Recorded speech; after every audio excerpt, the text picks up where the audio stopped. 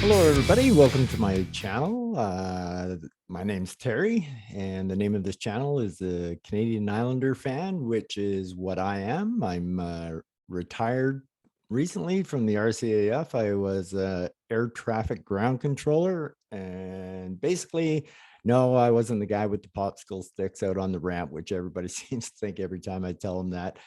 Uh, what I did was I started up the aircraft from the air traffic control tower, and I taxied them all around all the way to the runways, and then I handed the aircraft over to the air traffic controllers, and they took care of it from there. And of course, vice versa when they were landing. And of course, I was in touch with all the vehicles that were out on the aerodrome at the same time. It was a great career, loved it. It was fantastic, but I'm enjoying retirement and been kind of looking forward to something to do. And I thought podcasting might be fun. And so I thought I'd open a channel for Canadian Islander fans. I know there are Canadian Islander fans out there. I have met them. I've run into them at hockey games. I've been to Calgary, Edmonton, Vancouver. So I see them there, and there's some true diehards, but I still believe that I'm the number one fan. And I'll explain that why I still think I am the number one fan, because basically I started from day one in 72. So it's a bit of a story to that I'll get into. Uh, so yeah, that's my reasons for wanting to podcast. And besides, I just love talking about the Islanders. I'll talk anything about the Islanders. I I've been obsessed with the Islanders. I love hockey. I played hockey myself. Got a little too beat up, and put an end to any kind of career I thought of having. Played a little junior hockey and that, but yeah. So I thought I'd put my talents or I don't even know if I have talents, but hell, I don't even know if anybody will ever see one of these videos, because right now, as I look into my channel, there's 0 videos, there's 0 subscriptions, there's 0 views. So basically, in the words of Pink Floyd, who I happen to love, is there anybody out there? I guess one day I'll find out. Anyway, I'm not in this for YouTube success.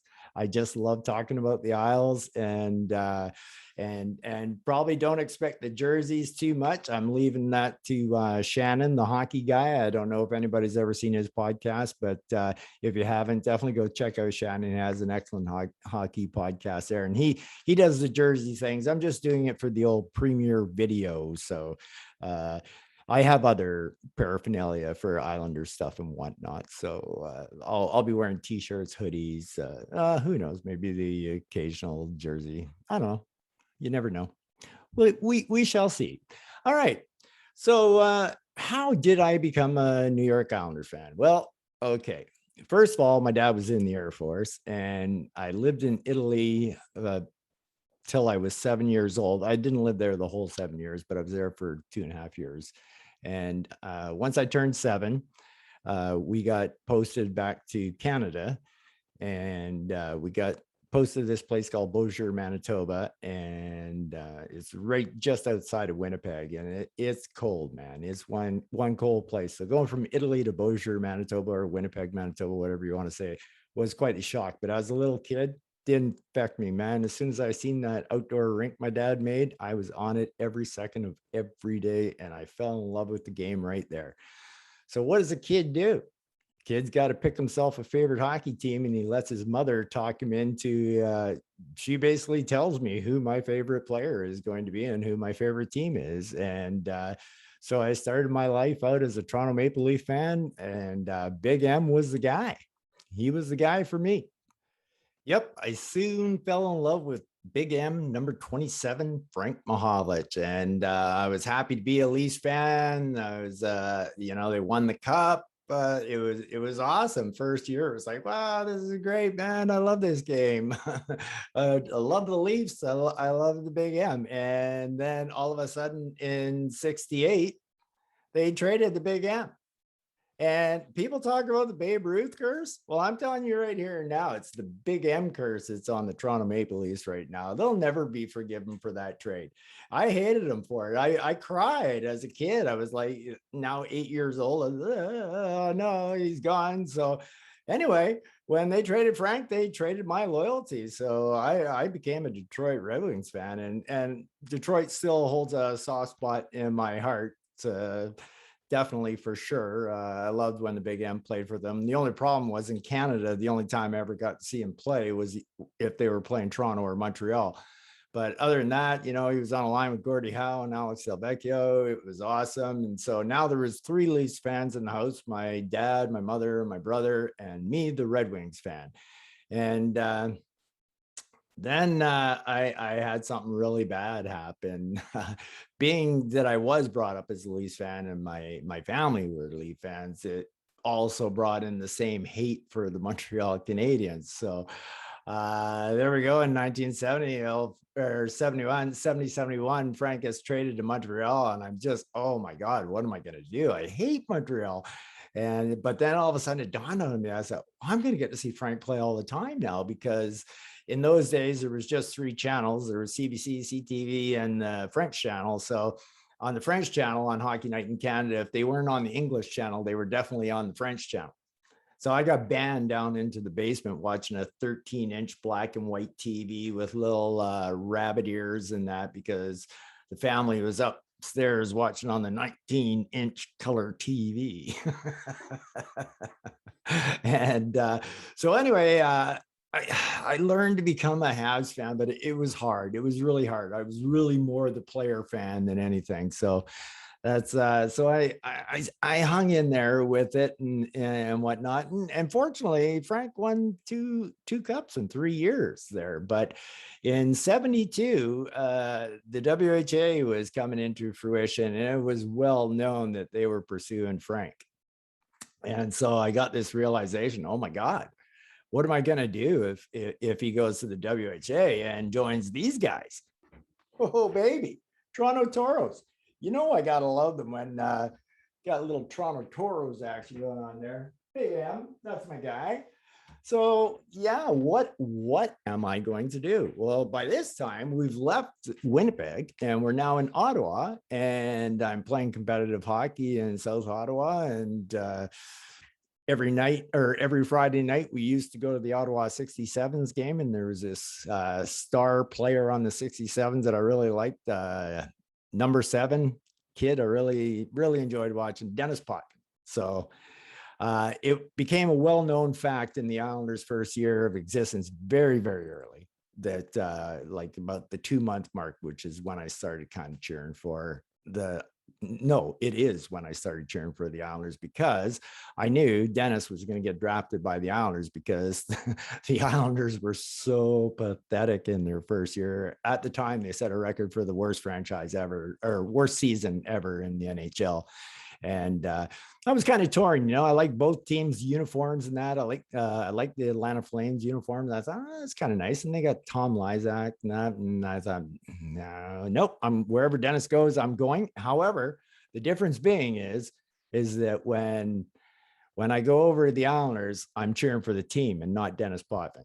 Dennis Potvin was the reason, but I finally became a team fan instead of a favorite player fan like I was when I was little. So at the age of 13, I started cheering for the Isles. And I can remember we got posted to Cold Lake, Alberta, and it was 1974, I think it was. And I was playing Bantam hockey up there. And I found this, my brother found this magazine, and I'd never seen anything like it before. They were selling uniforms of all whatever NHL team you wanted in the league. And that was almost unheard of in Canada. At that time, there was like only the original 6 jerseys. That was all you could find, and mostly Toronto and Montreal. So man, I absolutely flipped out when I saw this thing. So I was working as a 13-year-old. And so I saved up my money, and I bought a jersey, and I bought I bought their socks, and I bought blue pants, and I bought a blue helmet, and I got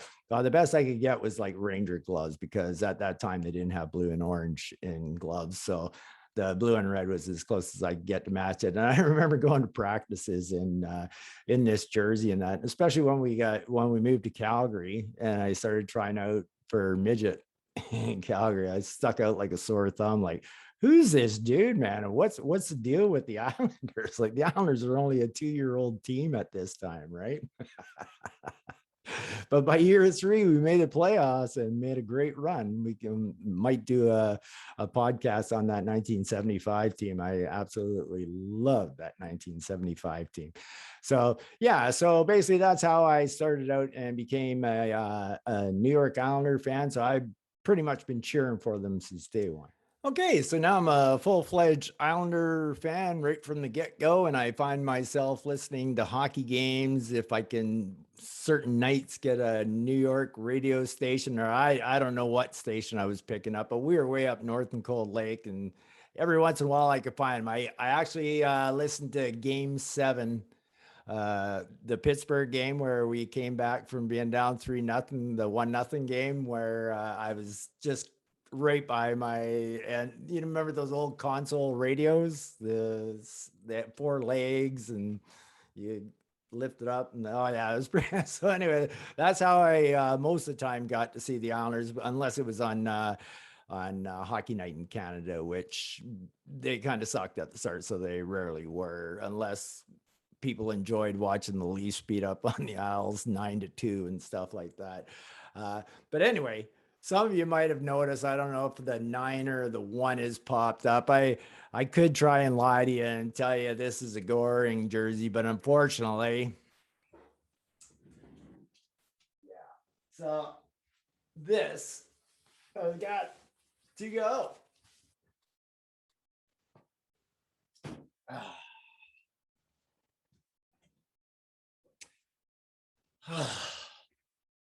I can't burn the jersey. It's an Islander logo there, man. I can't do that to an Islander uniform, but I do vow to get that Tavares name off there and Butchie's name's going up there. So I'll get that done for sure. What the hell is this? This thing's garbage as well. Man. Ugh. God, stick to the original uniform, guys. It's a beaut. It's a freaking beaut. Well, if there's one thing I know, you can't go wrong with an original Bossy. That's the man. That's the man. He replaced Big M for me. I'm still a huge Islander fan. As much as I love Boss, I made sure not to get carried away with the fandom for him. And wow, boy, we'll talk about it later in other podcasts, but woo, the 90s and the early 2000s, oh my God, how did we all, any Islander fan, last that long to stay into it? All right, so let's get back to her here.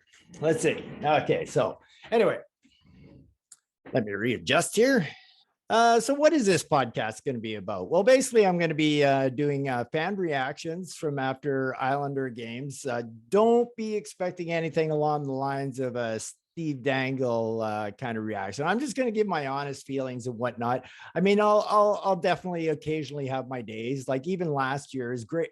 As well as I knew what a great team we were last year and the year before, I still had my bad days, especially when I see no effort out there from the Isles, then I can get really ticked. And I might go off 1 or 2 times, but if you're looking for the Dangle kind of thing, I'm just going to talk about more things, what I think we could fix the team to make it better if they're not doing good, or what they're doing right, which is just about everything these days. So I'm probably picking the worst time ever to probably do game reactions, because man, this team is built together, but we'll talk about that later at another time.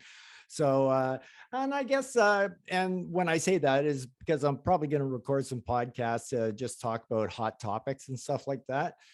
On the off days, you know, when the Islanders are down and taking breaks and whatnot, and there's some stuff I might want to talk about, like what we went through with the 4 horsemen and all that stuff throughout the years. And well, if anybody's my age, I don't have to tell you about it if you stuck with the team the whole time.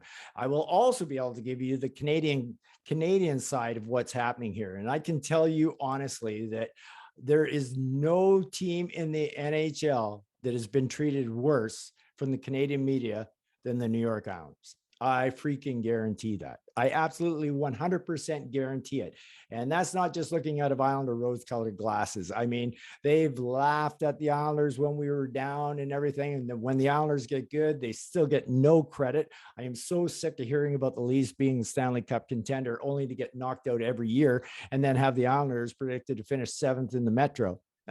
Okay. See, I'm getting a little bit riled up right now, but anyway, yeah, so that's what it's going to be about. And then there's just going to be other topics as well. So yeah, I think me giving you the perspective from the Canadian side of things as I see it going down could be interesting to some Americans if you ever want to watch this podcast, but maybe other Canadians going through it will do the same thing. I hope one day to get to live stream and stuff like that. So if there's people that come to this channel can ask me questions and I'll answer them the best that I can for what I do. And hopefully down the road, I'm going to have interviews for hopefully having a co-host or something on here with me. So basically that's it for now. We're right in the thick of things. I've already watched 2 preseason games. Maybe I'll do an initial podcast about that tomorrow and give you my thoughts on those. Ratu, or however in the hell you say his name, sure looked pretty damn good. And is Robin Salo going to steal a spot on the Islanders? Is he gonna force Trotz to keep him? I tell you, I was uber impressed by the guy. Anyway, so you kind of got a gist of what my channel is going to be like. That's what I'll be doing. I don't know if I mentioned this earlier in the podcast. I'm kind of out on an island of my own in Canada. I live on Vancouver Island. I'm from Courtenay, BC. Or some people know it as Comox, BC, but that's where I am. It's not far away from Vancouver. It's about a 2-hour ferry ride. And I can get to a Canucks game there to see the Isles, which I have many times. As a matter of fact, maybe I'll do a podcast about that one. I was at the game where the Isles were down 3-0 in the third, and we scored 7 goals in the third period. Yeah, I was pretty drunk by the end of that one too. Okay, well, that's about all I got for the premiere video here. It was just letting you know a little bit about me and what I'm doing. And you know what, even if never is 1 subscriber, I'm just going to continue to do these videos because I just enjoy podcasting and it's fun. I hope there'll be maybe somebody out there who enjoys them. If they don't, well, I tried. and I'm going to have fun anyway. And yeah, so if you're here for the first time, I hope you'll stick around and watch some of my content. I like to keep it light and easy and a little bit of humor involved as well, if I can. So until then, oh yeah, as you can see, I do like to drum. I'm not very good. I'm starting to think of myself as also a retired 61-year-old Canadian hippie. I was always a wannabe hippie. I was, 10 in 1970. So I always wanted to be in the 60s with peace, love, and hippies when I was there. But I had to conform to the man all the way throughout my life, right? People tell me what to do. My mom tell me when to get my hair cut and everything. And then all of a sudden I became a responsible person, and then I had a job to do and blah, blah, blah, blah. I couldn't get my hair cut, couldn't do what I wanted to do. Now I can do whatever I want. And I'm letting my hippie roots out as I'm growing my hair out. I've now been out of the military for a little under a year now. So I'm a little bit medically wrecked up from that time, but maybe that's for another podcast as well. Anyway, until then, take care and peace out.